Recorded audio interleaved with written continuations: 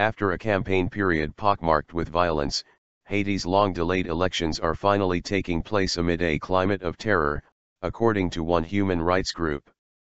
Voting began at 6 a.m., 10 o'clock GMT, on Sunday, with elections held for the Chamber of Deputies and two-thirds of the Senate that have been repeatedly delayed since 2011.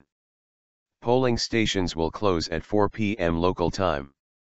Al Jazeera's Reynolds, reporting from Port-au-Prince, said voters have been filtering into voting precincts in the capital. While the conduct of the elections was generall peaceful, there were reports that 2 polling stations have been trashed, he said. A presidential poll is set for October 25, in a nation where President Michel Martelly, who is barred from running again by the Constitution, has been ruling by decree. Nearly 6 million eligible voters in this mountainous country of 10.3 million are choosing 119 deputies and 20 senators from 1,855 candidates registered from 128 political parties. According to Haiti's electoral system, 1/3 of the Senate is supposed to be renewed every 2 years, but following the cancellation of elections to the Senate in 2012, 2/3 of the seats are now up for grabs. The fragile democratic system was further weakened in January, when the country's parliament dissolved after failed negotiations over a new electoral law and left Martelly ruling by decree. Despite mass protests, the government waited until March this year to set a new date for this year's voting.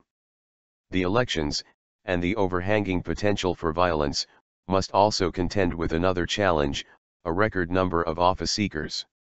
The political atmosphere is crammed tight with the large number candidates, and observers are expecting disorganized and crowded voting. We are allowing 5 political party representatives to be present simultaneously within the station, said Pierre-Louis Pont, president of Haiti's Provisional Electoral Council, during a Thursday press conference. It's up to the agents to determine shifts in their observation work, he said. Some lower house seats, particularly in the capital of Port-au-Prince, have as many as 30 candidates. Though voting will be monitored by observers from the EU and Organization of American States, some politicians fear that a crowded field will marginalize smaller parties, allowing big parties like Martelly's Repons to control procedures. The system will not be helped by Haiti's tradition of low voter turnout, in which participation has hovered around 20% since 2006.